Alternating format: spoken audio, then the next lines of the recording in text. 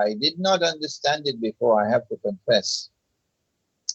But I just returned from Indonesia, from Jakarta. We had a retreat up in the mountains outside of Jakarta.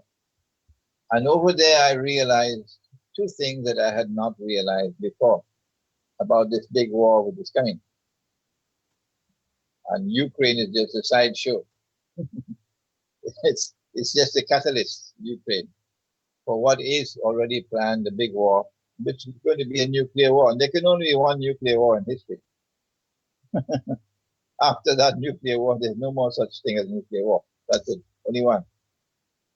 And it's coming. And thank Allah that Russia is not prepared to back down. What I realized while I was in Indonesia was that I had mentioned to you previously the prophecy of Prophet Muhammad, Allah's blessing be upon him, in which he said that the river Euphrates will uncover a mountain of gold, and the people will fight for that gold. And 99 out of every 100 will be killed. And everyone will say, I am the one who will survive. But the Muslims must not touch that gold. About 2 or 3 years ago, I interpreted the studies to be religious symbolism.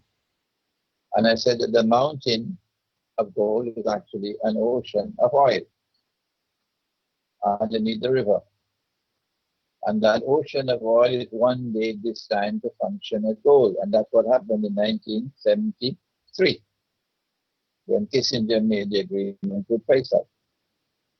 And the petrodollar monetary system came into being when Saudi Arabia agreed and the Arab oil producing states agreed that oil will be sold for only US dollars.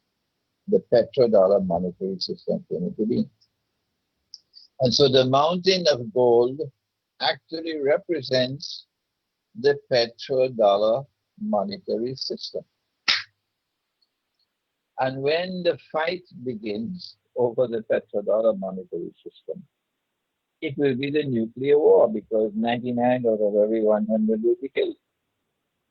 So I realized for the first time last month that the Malhama, or Armageddon, will actually be a war for the survival of the petrodollar monetary system. And Russia is leading the effort with BRICS to create an alternative monetary system. And so what we are seeing now is a struggle by the Western world, the Zionist-controlled Western world, a struggle which will end in nuclear war to preserve their bogus and fraudulent petrodollar monetary system. The new thing I also learned is that petrodollar monetary system will not through the big war that's coming. No, because Israel will survive that big war with large stocks of gold, in fact, and with the capacity to still impose its political and military and economic dominion over the Arabs.